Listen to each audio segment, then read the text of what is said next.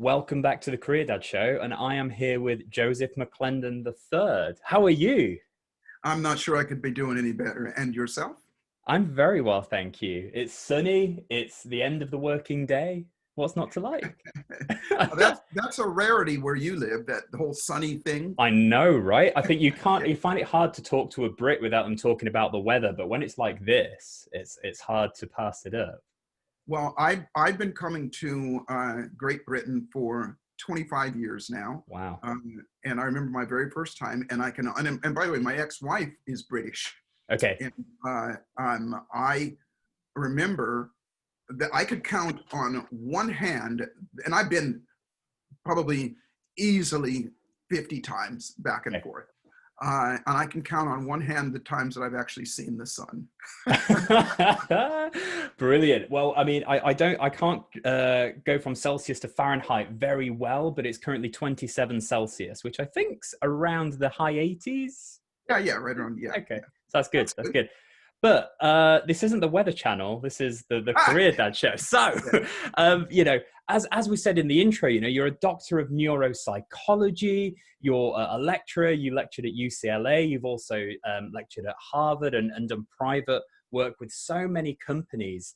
And you're an ultimate performance coach. And you're also a father. And there's so much to unpack in all of that. But before we do, I just want to know about you. Who is Joseph McClendon III? Well, the long short story is Sure. I consider myself a great human being. Mm-hmm. And the reason I say that is because I've come from a place that I don't use myself as some shining example of the way things should be, but I do use myself as an example of what's possible, because I had a great upbringing, had great parents and all of that. And that was all taken away from me with regard to my self-esteem and my pride and my confidence and all that. When I was 17 and a half years old, 3 grown men tried to take my life because of the color of my skin. And it was interesting. I was talking about this to another friend of mine the other day, and it said, how did that make you feel in terms of your hatred and distrust? And I said, it was through the roof, but it was for myself. It wasn't for them. I hated myself. Really? Yeah. Why? And, You did nothing wrong. Yeah. Well, here's the thing: being a black in America, and the systemic racism that is obvious now throughout the time, it teaches us to hate ourselves. It teaches us that we are less preferred. And when that happened to me, it just validated that. Now, don't get me wrong; I was angry at them and everything, but in the end, what happened was my own self-loathing and my own self-hatred, and because my belief, and I'm intellectualizing it now, but my belief was that if they could do that to me and get away with it, and they did, yes, then it meant that there was something wrong with me. And I wound up, when I say it took everything from me, it took all my pride, it took all of my self-esteem, it took everything from me, and I wound up homeless. I wound up living in a cardboard box behind an old drive-in theater in Lancaster, California. And what changed it for me was somebody that I didn't know, a kind person, gave me a book. And just this side of made me read the book. And the book was called Think and Grow Rich. Right. And and I read the book, and I always tell people, because a lot of people have read the book, but I read the book and I was desperate. And I did the exercises in the book, and it changed my life. And the change was gradual through the years, and then it really picked up. It geometrically grew. But shortly after I got the book and my life started to change, I went back to the man that gave me the book to thank him. And I said, you've changed my life. How do I repay you? And what he said to me is that you repay me by doing what I've done for you in whatever way that you can for as many people as you possibly can. And that's what drives me. That's what pulls me. And that's what my passion is. And that's why I say I'm a good human being, because I believe that human beings, we're here to help each other. We truly are. For sure. I mean, that's just such a powerful story. And at the time, you said this was 17 and a half when this happened. So you must have been only 18, or if things spiraled quickly from then, you must have only been a teenager when you're on the streets. Yeah, well, that happened. I was, when from that point on, it was a rapid downhill until on my 19th birthday was when the guy gave me the book. Wow. And that's when things started to change.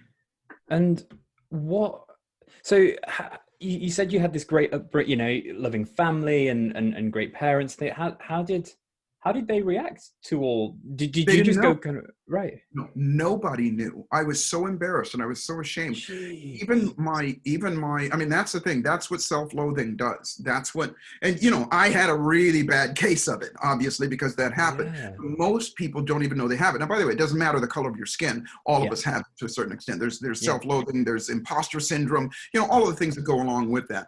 I didn't know I had it. And again, I'm intellectualizing it now, but at the Hmm. time it was just an emotion, a feeling that I had. And I didn't know why I didn't know why I procrastinated. I hesitated, why I lied to myself, why I didn't hold myself to the standards that I was raised with.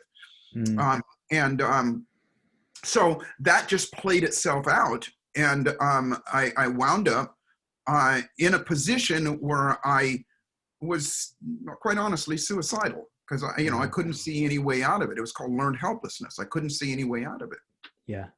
And I didn't realize that, but, you know, listening to some of the talks that you've done, I've heard bits of that story, but I didn't realize how much you kept that to yourself. So not only were you dealing with the situation, but you really were on your own. And, you know, to move it into somewhere of a more positive space, you know, the gentleman that gave you this book that kind of was the start to changing your life. I'm a huge believer in these micro interactions that we have with random people, and we as individuals have the power to make them positive or negative, and we have no idea of knowing how that can play out. This guy who gave you this book, he could have been sick that day. He could have, you know, there are so many things. And I just think, how do you ever think about that? Or do you? I do. And as a matter of fact, this is going to sound oddly unicorns and crystals and rainbows when I say Okay. this, but there is a science behind that, and it is what I teach. By the way, it's Okay. one of the things that I learned there. I believe that luck and serendipity are manufactured. Okay. There's a reason why that person came into my life. There was a series of events that I actually did, that I now know that I did, that brought that person into my life at that right time, that created that perfect storm, that brought about that perfect parting of the skies, and the sun came through. Yeah. And for most people, and by the way, this is not just the laws of attraction and the secret and that kind of thing. Yeah. There are literally, it's mechanical. You know, Okay. as you mentioned before in the intro, I taught at the University of Southern California for 7 years. Mm-hmm. And I taught in the engineering and management branch of the college there. More than half, about 2/3 of my students were undergraduates, Yep. meaning people that were from Jet Propulsion Laboratory, NASA, rocket scientists, you know, quite honestly. And these men and women were like the smartest people in the world. So they held my feet to the fire with regard to, I couldn't tell them anything that was cosmic. I had to prove it. And Yeah. so to answer your question, yeah, I believe and practice and teach that we all have the ability to influence the world around us, to bring into our lives the situations, circumstances, and even material things that assist us in our forward motion, or the other way, in our Yeah. demise, in our degradation as well. And, you know, I'm just thinking, you were at a point in your life that you could have either gone one of two. Like you said, you had all this anger, and rightly so. That could have manifested into a really dark route. But thankfully, through this situation, you were able to turn it into a positive. And I want to focus on where you're on now as well. Did the alternative ever come into your mind of what, you know, what life could have been? Or like you said, you had suicidal thoughts, right? Was that the way out for you if you wouldn't Yeah, have had yeah, this? it, Yeah. it did manifest itself into some Right. pretty terrible things. And that is part of the voyage. I don't call it a journey, that's part of the voyage. Okay. So it did manifest itself into that. And there were certain things, and I'm thankful and grateful that I had an upbringing that that kept me from doing terrible things. Right. Uh, that there was enough of that still left inside of me Sure. that got me to, at the very least, be hopeful that there Okay. was going to be a change, whether it was conscious or unconscious. And Mm. that amazing bit of hope shines through even in the darkest of times. It does. And Yeah. if you allow it to, if you allow yourself to consider it in your darkest of times, then it's like opening up just a little bit of that seed where the rest of the seed can grow through. Yeah. And if you actively do it, now I'm going to say that again, my upbringing had a lot to do with it, and so there were certain things that I practiced, and also remember there was some residual left over of the life I'd lived up until that point as well. There was some residual of my education, like I said, my upbringing, my interaction with other people, how to treat people, and so on and so forth. And part of that was what got me through in those moments, because it didn't just happen in one night. I was homeless for some time. And and it was a battle back and forth. Like I said, nobody knew. My parents didn't know, my friends didn't know. I'd go hang out with my friends during the day, and then when everybody else went home, I went to my cardboard box, and cried, and so it's always a sequence of events, and we have the ability to take control of that sequence. No, I think that's really, and it puts things into perspective, right? Because now we're living through, coronavirus. There are lockdown. There are people who are struggling and thinking, bad thoughts, or they're thinking, when is my life ever going to get back to normal? Right. And how have your experience? Well, firstly, how are you doing in are you doing okay in lockdown? Thriving. Brilliant. That is absolutely good. Thriving, and helping other people to thrive as well. That's part of my, at the risk of sounding too noble, my good human being that is my driver. And I say that because I have a set of beliefs about myself, about other people, and about the world around me. And I keep reminding people that this too shall pass. Yes. This is part of the voyage that we're on. And as horrible as it is, I'm not going to say as it sounds, as it is right now, it's not always going to be this way. There is no new normal. Okay. There is going to be a newness about the way that we do things. And it's going to involve and include some of the things that we've learned through this, let's just call it this, this pause in our momentum. Yes. Because you shall pass.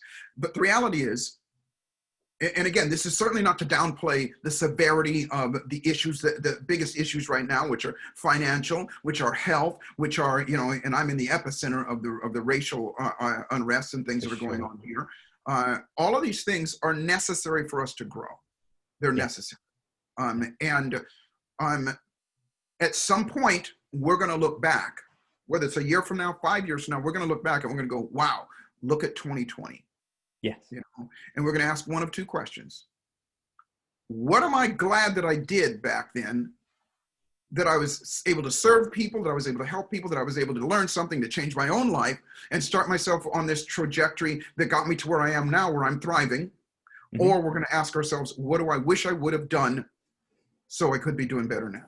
For myself, for my family. And I encourage people to start asking that first question now. Yes. Because that's, your brain's got to answer it. That's the way our brain works. Whatever question you ask it, it's going to answer. And you might not like the answer. You say, what do I wish I would have done that made me so that my life is better now? And your brain goes, stop eating cake. Yeah. But I have to do that now, right? Yeah.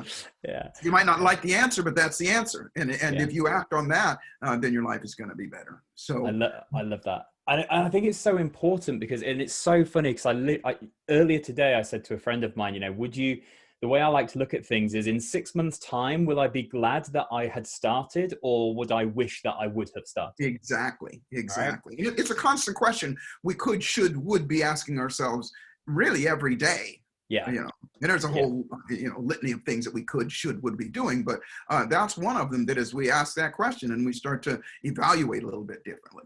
Yeah, no. And, do you think that adversity is the best learning place, that we can grow the most from adversity? And if so, would you change anything that you have been through to what you've been through is where you are today? Would you do any of that differently? Or I would love to have not had my ass kicked. Yes, that makes sense. Several times that I've had.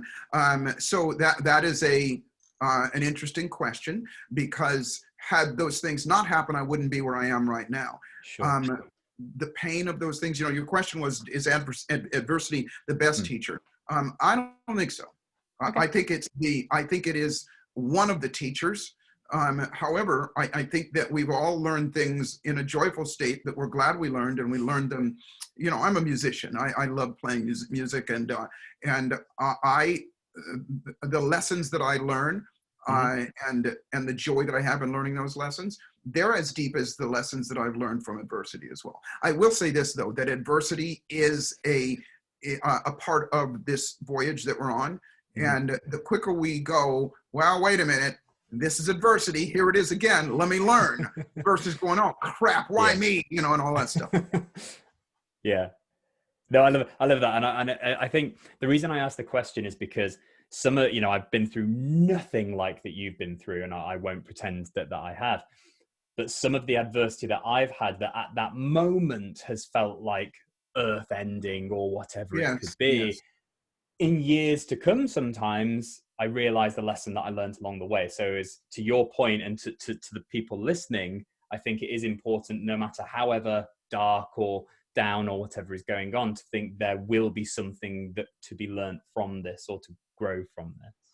I always put it like this: adversity is temporary. So is everything else. But we tend to, when adversity happens, bad things happen, unfortunate things happen, we fall into what I call the 3 Ps. Yeah. And it's just a feeling. And the 3 Ps are, we feel like it's permanent. We feel like it is just, it's never going to end. Yes. We feel like it is pervasive, meaning it's affecting everything in our lives, and it means this to everything in our lives. And we feel like it's personal. It's only happening to us. That's just a feeling that we have. But no, any decision that's made in fear is the wrong decision. Sure. And so if you, because even when somebody is fear and they make the right decision, it's because they stepped up and had courage and go, I'm going to do this. Okay. Yeah. But if we allow ourselves to stay in fear too long, then what happens is we make poor choices in that moment, and you're consumed by the emotion. When emotion goes up, intellect goes down. That's interesting. And that's on the good side and the bad side. When we're in love, that's a great emotion, but we're not always the smartest people when we're in love. That's very true. And when we're angry, we don't necessarily make the best decisions. And so there's a middle ground there called being centered and being certain. And if we cause ourselves to, whenever we have to make a decision, when everything is laid in front of us, that this could be a defining moment in our life, if we bring ourselves to center and go, okay, how do I feel? And what could I do? And what do I want? And make our decisions from there. Then life tends to go a lot smoother. Yeah, I think that's really powerful. Something I think is practical that people can implement as well, right? Yeah. So you are, as we said, you're an educator, and you're a coach, and you're an author as well, and lecturer. And you're a dad. How do you split your time? How do you choose what you're going to focus on and what you're not? Yeah, it's the S word that most of us shy away from: scheduling. Okay. None of us like to think that we have to schedule our family time and our time to be with our kids and things like that. And if you've got a busy life, which I do, if you've got a life at all, your life's going to work much, much better if you schedule things. Okay. If you make time for these things. It doesn't mean that schedule is hardwired and it's written in stone. It just means that you've got, some guidelines, and you've got some time limits and some things that you can do this and you can't do this. That is the only way that I'm able to function at the level that I do, is to be able to schedule things. And I find scheduling, really fascinating, because I'm not very good at it. But even as you said there, before this call, I had to schedule in an hour to play with my son, because otherwise I won't. And it's hard, because you think as a dad, I don't want to, family should be, exactly. It should be, sometimes it's not, right? Yeah. And sometimes, Well, here's what, I'm an older parent. Okay. I had my son when I was 54 years old. What? And he's sorry to interrupt you. Does this mean you're in your mid-60s? I'm 67 this year. You look about 39. Oh, thank you. Yeah. And that is, by the Okay. way, I appreciate that. And that is a product of what I teach. And because here's what I believe. Okay. And whomever is listening, I don't know you personally, but I know what you want. You want to be wealthy. Now wait, because wherever your brain just went on that wealthy, because some of you went, oh, it's not all about money, Joseph. And, I'm not here for that. If you did, then you didn't give me time to tell you what wealthy is. Okay. Here's what wealthy is: healthy, happy, and financially abundant. And everything that falls within those categories there: love, happiness, joy, all those things, residual income, and your energy and all of those things. So I don't teach theory, meaning I only teach things that I A, do and practice myself, and B, have taught many, many other people to do as well. And so I unapologetically say that I'm wealthy. My youthfulness, my youthful looks, for lack of a better Absolutely. term, my abundant energy and all those things are a result of a set of processes that I do and have done for a long time. And so, yeah, so I have my son later in life. Mhm. And so I had already adopted the concept of scheduling things. Yeah. And when my son was born, I pared everything back. I came off the road as much as I was on the road. Yeah. I did not stop doing the things that I enjoyed. I Mhm. just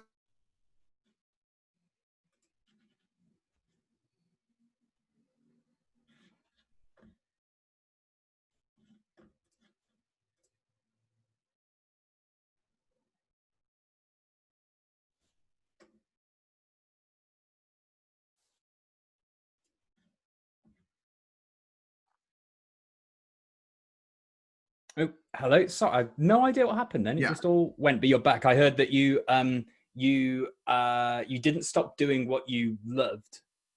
Yeah, I didn't stop doing that. I compartmentalized it. I scheduled it. Yes. And what I said was that, and that included him, because Yes. if it was up to me, I'd spend 24 hours a day with him, hanging with him and playing with him and things like that. But I had to recognize that that you cannot neglect the whole rest of your life. And here's the great thing: part of the thing that I was getting at was, guess what? He grew up in that environment, so that's part of his life, is he recognizes there's a time for this, there's a time for that, and there's a time. Now, he's still a kid, don't get me wrong. Yeah. He's still, learning and growing, but that's part of his life as well. And just personally, I'm really interested in that because I want to know how that plays out, because my son is 6 and I dealt with so much guilt and anxiety about wanting to, progress my career, but also wanting to be a dad, hence career dad. But then when, I love my golf, right? So I want to get out and play golf. And there are times I've said to him when he said, you never play with me. And I think, well, actually, I've played with you most of the morning. Yeah. However, this is something that I love you, but I love this as well. And I want to do these things for me. And I'm doing this selfishly for me, but I'm also doing it because I want him to grow up and not do things that he feels he should do to please other people if they don't please Yeah. him. Yeah. Yeah. And are you kind of further along that journey with your son? Well, and let me tell you why. And again, that's the reason why I brought up that I'm an older parent. So I Okay. have a level of maturity that I would not have had when I was younger. Okay. And I learned early on, and I'll share this with you and other people, that's going to be really helpful. You're going to thank me for this for the rest of your life. Okay. Thank you. And not that I'm the greatest parent in the world. Okay. I still am learning, and there's no handbook.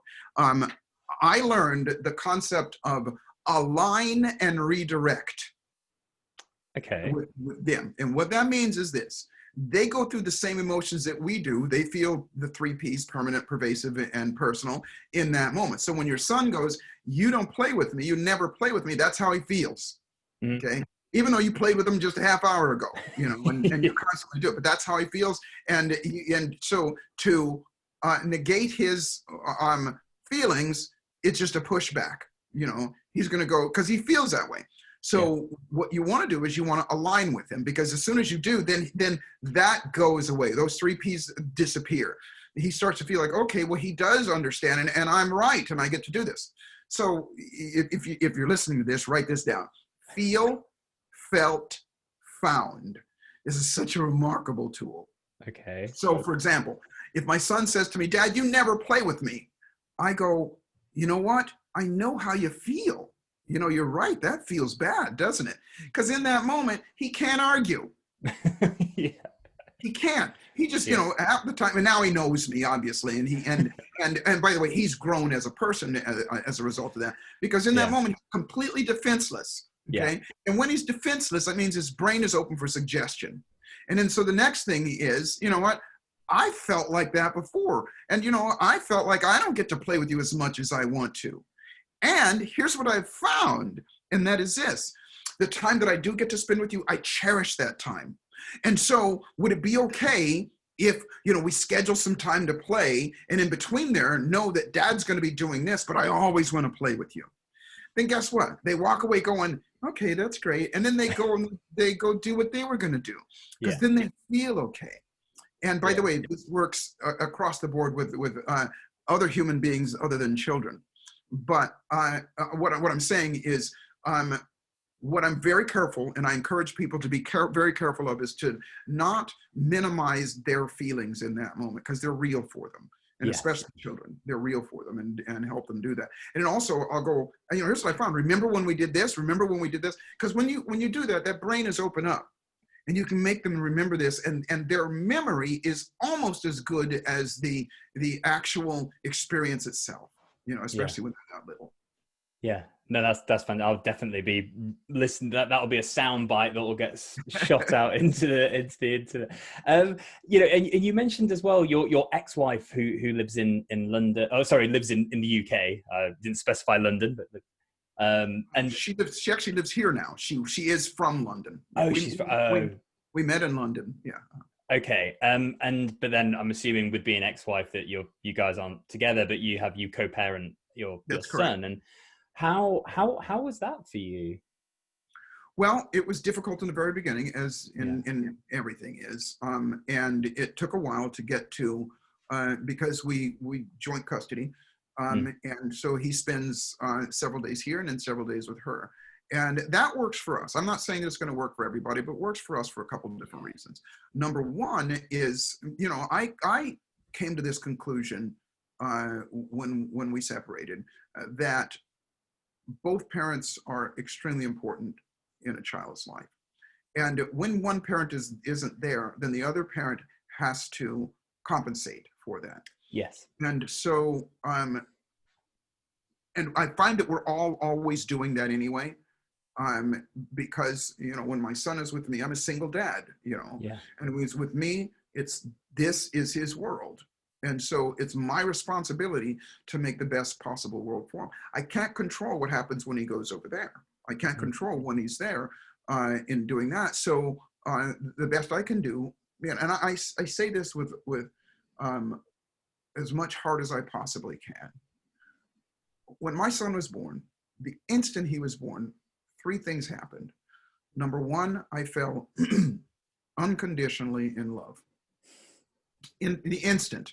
That a love that I never knew before. I never knew even existed. And I knew in that moment, even though he was just moments old, I would give my life for him, period. The second thing that happened was I realized that this is his life, not mine.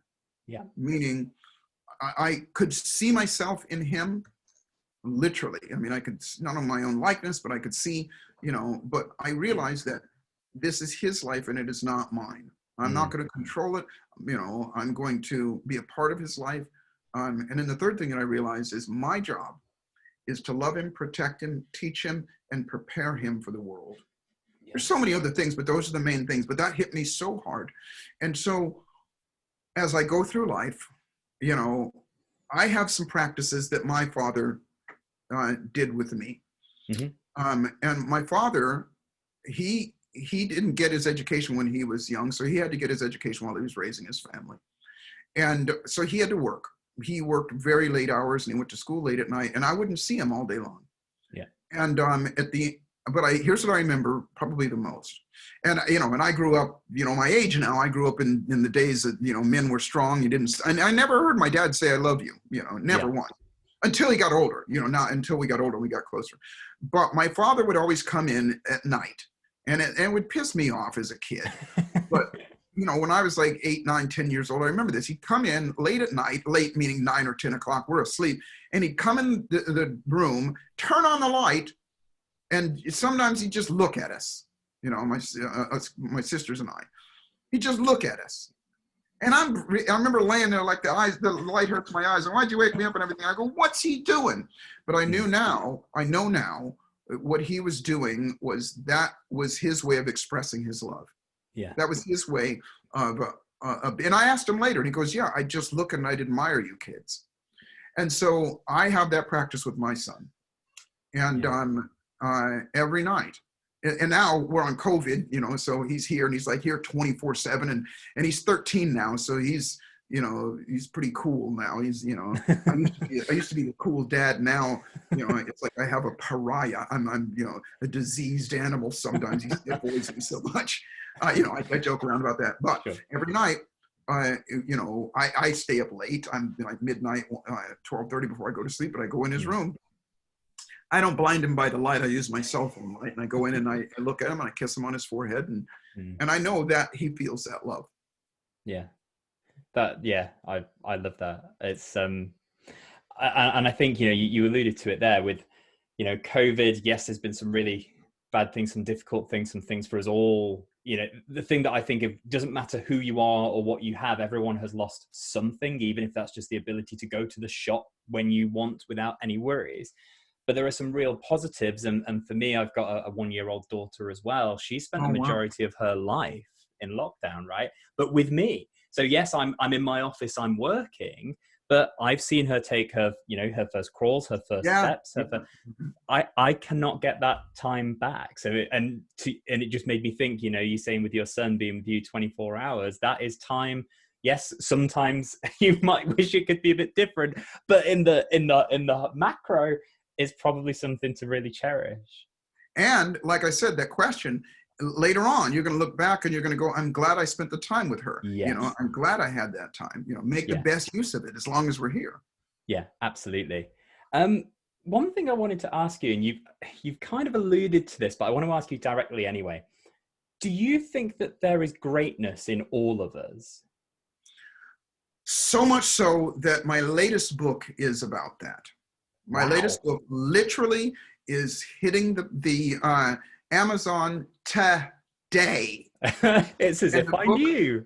Yeah, the book is called Dare to be Magnificent, The 5 Keys of Greatness. Okay. And the 5 essential keys of greatness. And magnificence to me means to magnify the essence of who you are. And so to answer your question, yes, there's greatness in everybody. And it's proven just by the fact that you won the race of, you know, 6 billion sperms. You know, you're magnificent enough that you're great enough that you're able to do that. And the trick to life, in my opinion, with regard to going further, faster, and achievement and becoming wealthy, is to keep tapping back into that, to remember that, to remember it and utilize that and employ it. Yeah.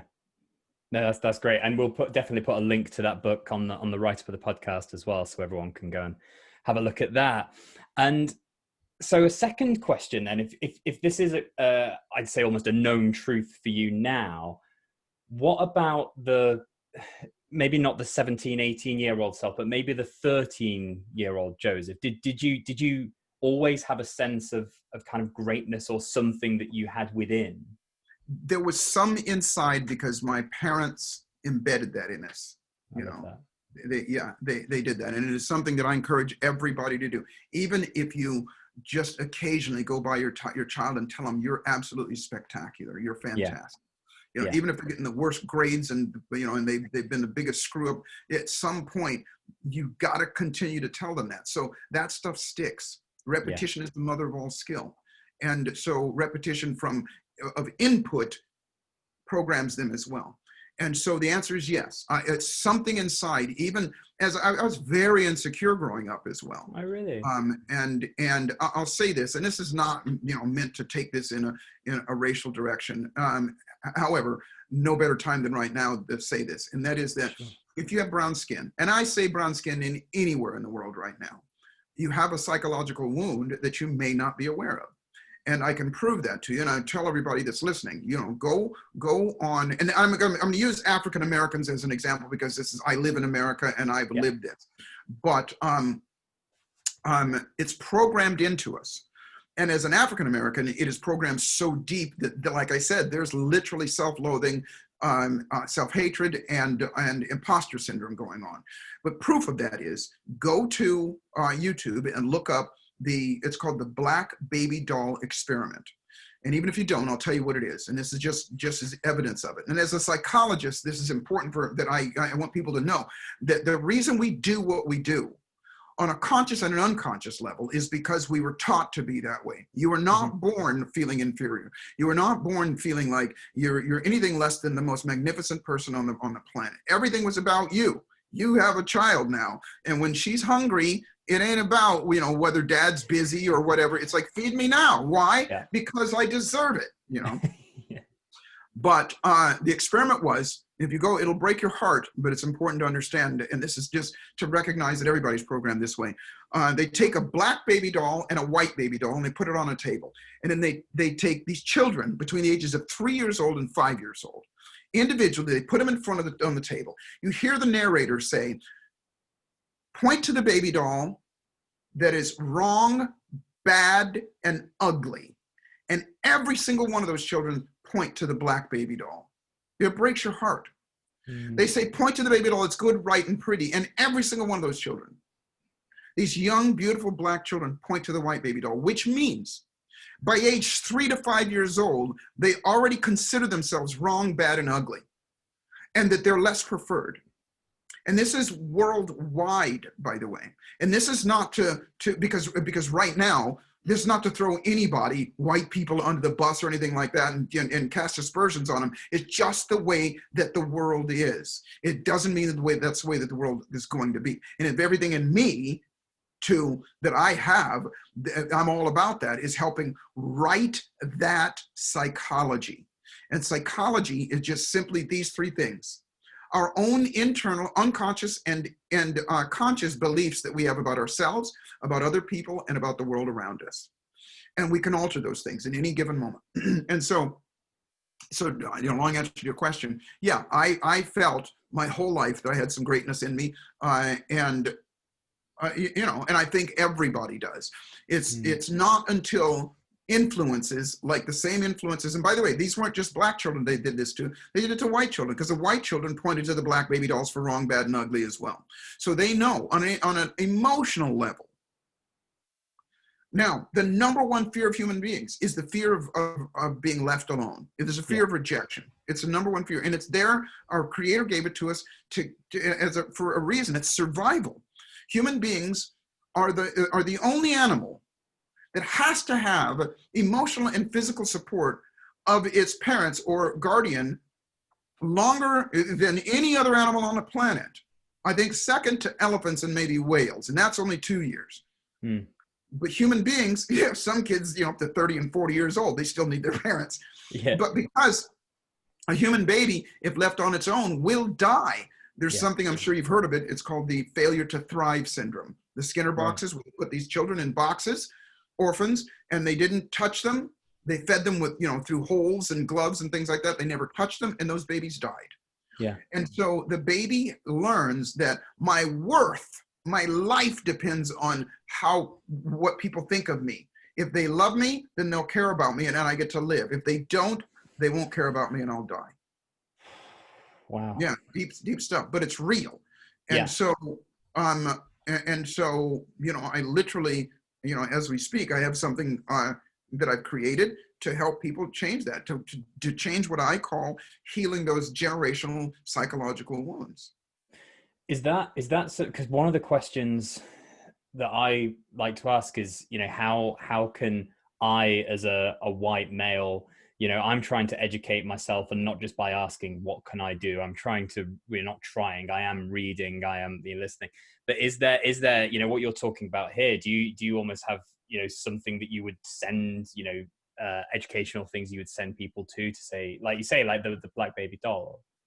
Yeah, I actually created, and it is not quite finished yet. So maybe by the Okay. time the podcast is done. And what I encourage everybody to do, if you're listening to me, if you'll allow me to do this, and that is please follow me, join me on Facebook and on Instagram. My name, you'll put it in the description. Absolutely. Yeah, and the reason being is that I've created something that to do just that, to educate us all, and not just educate us, because that's one thing, you know. Knowledge is, have you heard this before? Knowledge isn't power. Knowledge is only potential power. It is activity that is progress. Process is progress. So I created something to do just that, to bring that to, because here's one of the things that I'll say is that even though we're on the precipice of change, the world is changing, and it will change, and it has changed in the past, and things have gotten better compared to the way it was 400 years ago. Yeah. However, it's not where it needs to be. And if it doesn't get to where it needs to be, this will repeat itself. And part of that repeating, and part of that where it needs to be is us, all of us as human beings, black, white, and everything else. We've got to change ourselves. We've got to change exactly what you're saying. I love what you said, that, you know, you're becoming more aware and you're searching for it. Never in the history of mankind has there been the type of awareness and interest and search for that topic of racial equality, and people starting to recognize, you know, because, you know, in my country, when you look in the streets of the people that are marching, 2/3 of them are white people, you know, now, and that's a beautiful thing. And so what is happening right now is that we must learn as human beings, we must learn, as ridiculous as this and simple as this is going to sound, is something called compassion and empathy. And what that empathy means this. Sympathy means I see you hurting and I feel sorry for you, okay? Empathy means I see you hurting and I hurt too. I see you joyful and I'm joyful too. To be able to relate to those emotions. And it was Benjamin Franklin who said this: things will not change until those that are unaffected are as outraged as those that are affected. And so that's happening right now. And so people are becoming empathetic, and they're starting to realize this is not right. And so what can I do? Lastly, I'll say this. How we approach each other with, and again, empathy, how we look at somebody. And if we allow ourselves for in that moment to recognize how I'm judging this person, because we all judge, you know, it's no getting around it. How I'm judging this person. Does it make me, is it doing what I'm called love lifting, like making me feel better, or does it make me feel worse?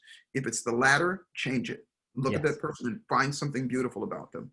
Yes, absolutely. Yeah. No, I think and I think empathy is in such short supply, and you know, I haven't studied this, so you could say I'm completely wrong. But I think that for someone to have empathy, they have to be happy within themselves. They have to not look at someone else and think, why do they have when I don't have? And I think if we can, as a society, try to help people to find their happiness. I think you're right, and there's a shortcut. Okay. And I think you're right that they would have to feel that. But the shortcut is what I call STFU. Shut the freak, the freak up. And the freak is that conversation in your mind.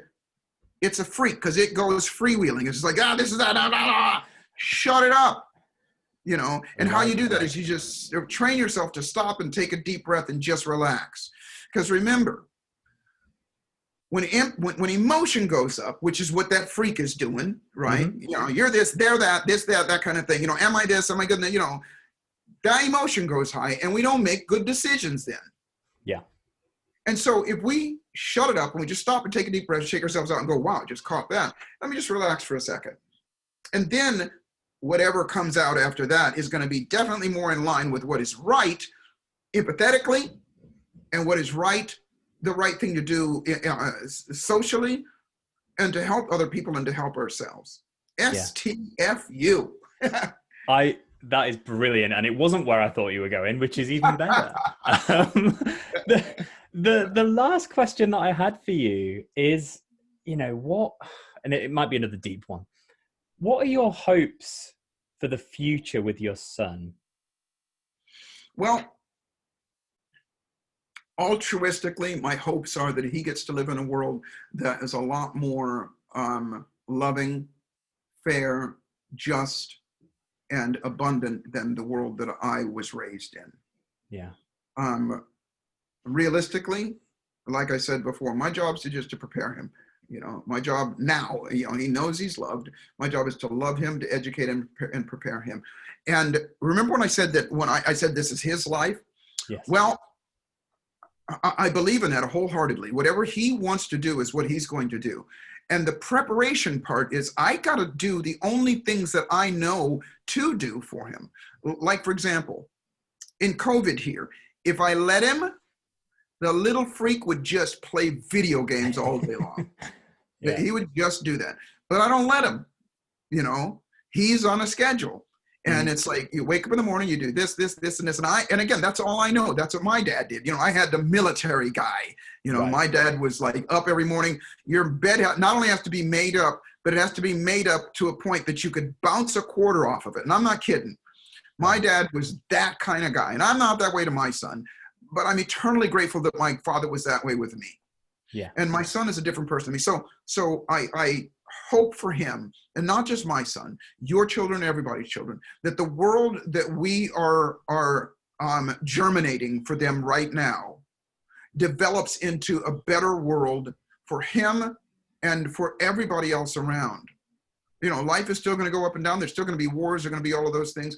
But I think that those of us that dare to dream while the rest of the world is having a nightmare, we're not only going to create the abundance that we want and the wealth that we want for our own lives, but we're going to be shining examples for other people as well.